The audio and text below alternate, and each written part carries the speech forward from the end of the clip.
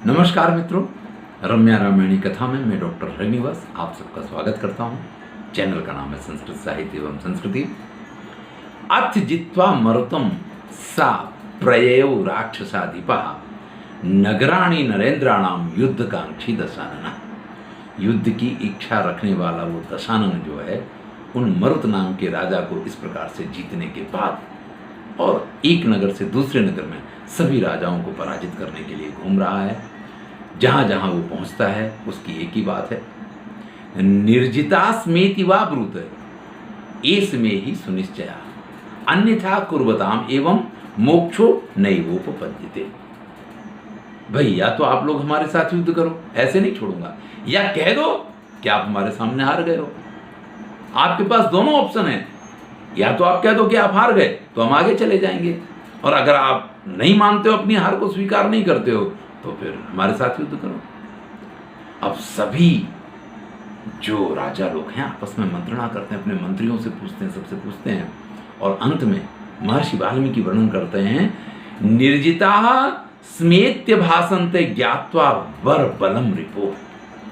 राजा के यानी कि शत्रु के उस दशानन के पराक्रम को अत्यंत बलवान युक्त मान करके दुष्यंतः, सुरथो, गाधी, गय, पुरुरवा, ये जितने बड़े बड़े राजाओं के नाम है ना, इन सब ने निर्जिता स्मेति, हाँ आप हमारे सामने जीत गए हो, इस प्रकार से उस रावण के सामने अपना पराजय स्वीकार किया है।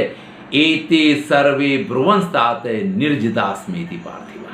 और इस प्रकार से रावण ने इन सभी राजाओं पे विजय प्राप्त कर ली। किसी के साथ युद्ध करने की जरूरत नहीं पड़ी, क्योंकि महर्षि वाल्मीकि ने लिखा है, ततस्तु भीरवाह प्राज्ञाः पार्थिवाः धर्म निश्चया। ये जो डरपोक थे, धर्म निश्चया थे, धर्मात्मा। अब अगर वो युद्ध करते हैं, प्रजा का नाश होता है, सब कुछ होता है, चलो भैया इसकी वजह हमने आपकी, देखिए दुष्ट के साथ आप दुष्टता करेंगे तो आप उससे ज्यादा तो दुष्टता कर नहीं पाएंगे कि आप उसको हरा दें, आप उसके सामने जीत जाएं।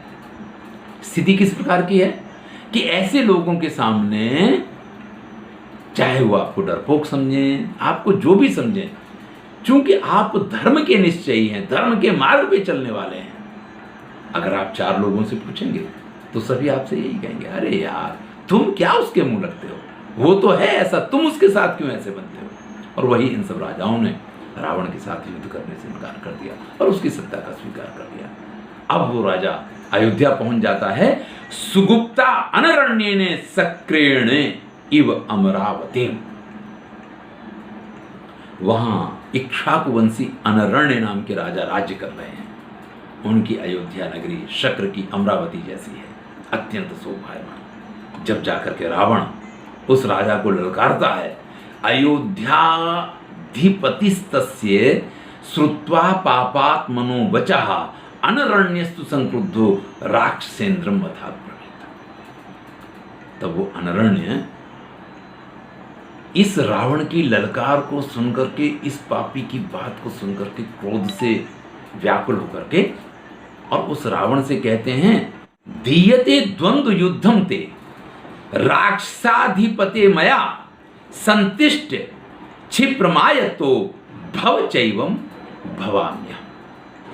भाई ठीक है, आपको युद्ध करना है ना, चलो हम द्वंद्व युद्ध कर लेते हैं। प्रजा का विनाश नहीं होना चाहिए। सभी राजा ये चाहते थे, जितने उत्तम राजा हुए हैं, अपना भोग देके भी मेरा जो होगा वो हो जाएगा, लेकिन मेरी प्रजा का अकल्याण नहीं होना चाहिए। देखिए बड़ा सौभाग्य की बात है, आपको इस समय जो प्रधानमंत्री मिले हैं वो इस प्रकार से सोचते हैं।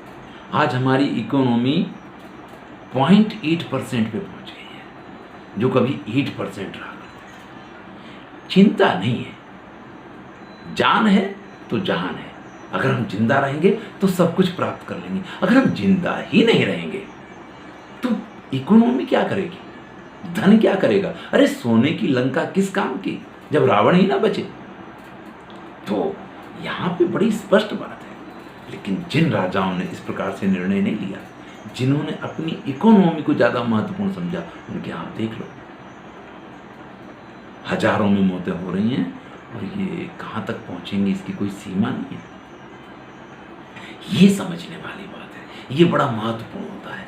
योग्य राजा हो तो वो योग्य निर्णय देता है। यहां अनरण्य को ये मालूम है कि अगर मैं इसके साथ युद्ध नहीं करता हूं तो इसके अत्याचार पापाचार पृथ्वी पे बढ़ते चले जाएंगे, लेकिन अगर सेना के साथ युद्ध करूंगा तो सब कुछ विनष्ट हो जाएगा। इसलिए द्वंद्व युद्ध की बात करते हैं कि चलो हम और आप द्वंद्व युद्ध करते हैं। नागानाम 10 सहस्रम वाजिनाम न्यूतम तथा रथानाम बहु सहस्रम पत्तीनाम च नरोत्तम। राजा की सेना तो हमेशा युद्ध के लिए तैयार रहती है। उसने तो रावण से द्वंद्व युद्ध मांगा, लेकिन रावण तो मायावी है और उसके जो साथ में आए हुए योद्धा हैं वो उससे बड़े मायावी हैं। सब युद्ध में तत्पर हो गए। द्वंद्व युद्ध रावण ने नहीं दिया अनरण्य को। और ऐसे में 10,000 हाथी हैं, जिसमें बहुत से घोड़े हैं, लाखों की संख्या में घोड़े हैं, बहुत से रथ हैं।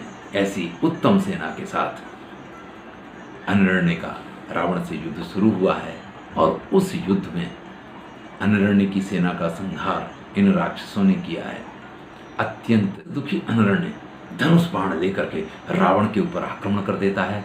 रावण के जितने ये योद्धा थे, अनरण्य ने तेमात्या मारीची शुक सारणा प्रहस्त सहिता भगना व्यद्रवंत मृगाय। इन सबको इतना मारा है कि सब जैसे हिरण भाग खड़े हो ना जंगल में सिंह को देख करके, ऐसे रावण के सारे ये जितने योद्धा थे सब भाग खड़े हुए हैं। उधर रावण को अत्यंत क्रोध आता है। जैसा कि हम जानते हैं, माया युद्ध में वो पारंगत है। वो माया युद्ध का प्रयोग करता है और छुप करके उस राजा के सिर पे अपने हाथ से प्रहार करता है। तले नाभिहतो मूर्धनि सारथान निपपातः।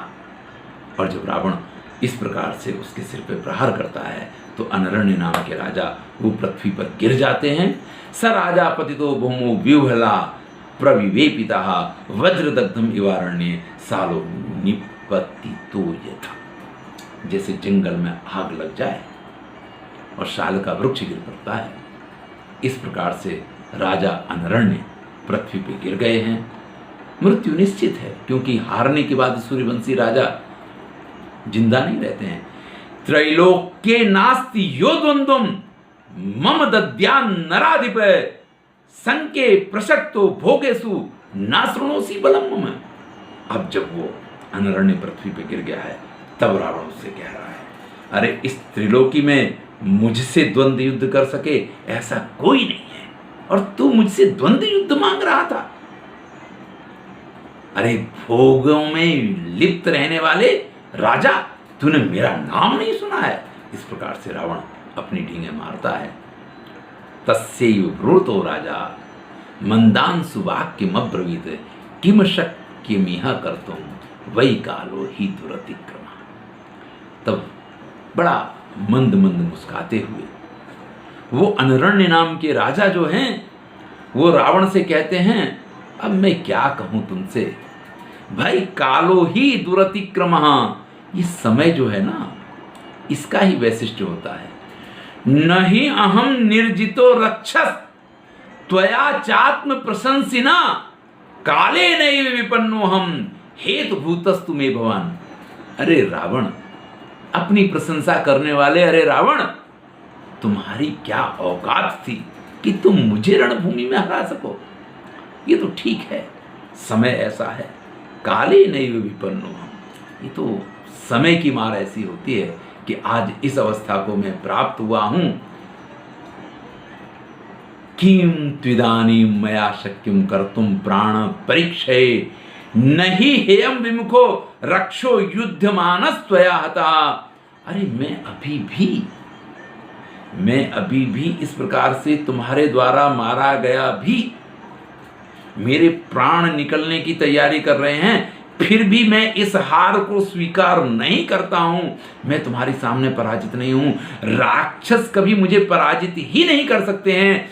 मैं तुम्हें, और फिर जो सूर्यवंशियों का स्वभाव है, उस स्वभाव के अनुसार अपनी पराजय का अस्वीकार करते हुए महाराज अनरण्य कहते हैं, इक्ष्वाकु प्रभावित्वात् वचो वक्ष्यामि राक्षसे, यदि दत्तम यदि हुतम यदि मे सुकृतम तपः यदि गुप्ता प्रजा सम्यक तदा सत्यम वचोस्तु में। जा रावण, तूने जिस प्रकार से मुझे मारा है, मैं अभी तो कुछ नहीं कर सकता हूं, लेकिन राक्षसों के सामने कभी भी मैं पराजय को स्वीकार नहीं करता हूं। मैं इक्ष्वाकु वंश में उत्पन्न, जो हमारे वंश की परंपरा है, तुम मेरी बात को सुनो। यदि मैंने तपस्या की है, यदि मैंने हवन किए हैं, यदि मैंने किसी भी प्रकार के पुण्य कर्म किए हैं, अगर मैंने अपनी प्रजा का बहुत अच्छे ढंग से लालन पालन किया है, तो मेरी वाणी हे रावण तू ध्यान से सुन। उत्पत्स्यते कुले ही अस्मिन् इक्ष्वाकुणाम महात्मनाम रामो दास रथिर नाम यस्ति प्राणान हरिष्यति। इसी मेरे ही वंश में दशरथ का पुत्र राम होगा, जो तुम्हें बंधु बांधवों के साथ तुम्हारे प्राणों का हरण करेगा। एक दिन मेरे ही वंशज, मैं आज भी नहीं हारा हूं और मैं कभी नहीं हारूंगा, क्योंकि मेरे ही वंश में उत्पन्न होने वाला दशरथ का पुत्र राम निश्चित रूप से तुम्हारे प्राणों का संहार करेगा। अगर मैंने प्रजा का अच्छे ढंग से पालन किया है, तो मेरी ये वाणी अवश्य ही सत्य होगी। ततो जलधरो दग्रह ताड़ितो देव दुंदुभि तस्मिन् नुदा हृते शापे पुष्पवृष्टि खा चुका। ऐसी स्थिति में आसमान से उसी समय मेघ गर्जना होती है, देव दुंदुभि बजाते हैं और सभी राजा की इस बात की प्रशंसा करते हैं। उनके ऊपर पुष्पों की वृष्टि होती है। महाराज अनरण्य की मृत्यु होती है और राम के हाथों, इक्ष्वाकुवंशी राजा राम के हाथों रावण की मृत्यु होगी। इसका शाप अनरण्य रावण को देते जाते हैं। देखिए, रावण अपनी विजय यात्रा पे तो निकला है, लेकिन उसकी मृत्यु के सारे कारण वो अपने आप खड़े करता चला जाता है। आप ध्यान दीजिएगा, इस जगह पे आपसे एक बात बहुत सही ढंग से कहना चाहता हूँ, जिसको आपको ध्यान से सुनना चाहिए। देखिए, अनरण्य भी एक मनुष्य था। नर के हाथों रावण की मृत्यु संभव है।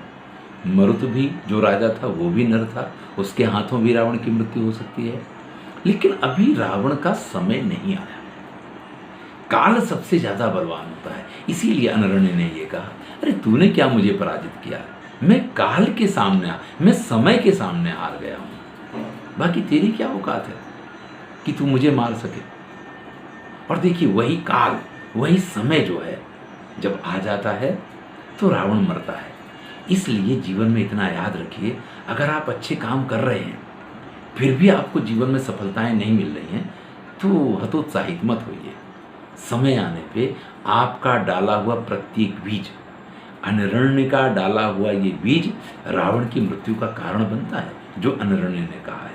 तो आप जब भी जीवन में अच्छे कार्य करते हैं, तो ये याद रखिए, वो कभी बेकार नहीं जा सकते हैं। उस समय उनका फल मिले ना मिले, लेकिन समय आने पे उनका फल अवश्य मिला करता है। इसी प्रकार से अगर आपसे कुछ गलत हुआ है, तो आपको बड़ा ही ख्याल करना चाहिए, रावण की तरह मदोन्मत्त ना हो जाए। कुछ नहीं, मेरा कोई कुछ बिगाड़ ही नहीं सकता है, ऐसा कभी नहीं होता है। अच्छे अच्छे लोगों को, अरे रावण जैसा जो है, अगर वो भी मारा जाए, ऐसे ऐसे योद्धा जिसके पास थे वो सब मारे जाएं, लंका में कोई उसको पानी देने वाला ना बचे जो उसके पक्ष का व्यक्ति हो। विभीषण तो उसके मार्ग पे चलने वाले नहीं थे, भले उसका भाई था इसलिए वो पानी दे सकता है उसको, लेकिन उसके मार्ग का अनुसरण करने वाला एक भी व्यक्ति रावण को जलदान करने के लिए ना बाकी बचे। तो फिर आप क्या कहेंगे? जीवन समयबद्ध होता है। समय के साथ कई बार ऐसा होता है कि हमें जो चाहिए होता है वो समय आने पे प्राप्त होता है, लेकिन कर्म का समय नहीं होता है। कर्म आपको जब आपका कर्तव्य है तब उसका पालन करना चाहिए। फल कब मिलेगा ये आपके हाथ में नहीं है। धन्यवाद। मैं हूँ डॉक्टर श्रीनिवास और चैनल का नाम है संस्कृत साहित्य एवं संस्कृति। रम्या रामायणी कथा सुना रहा हूँ, आनंद लीजिए, मित्रों के साथ शेयर कीजिए। अगर वीडियो अच्छा लगा तो लाइक करना ना भूला करें, लाइक किया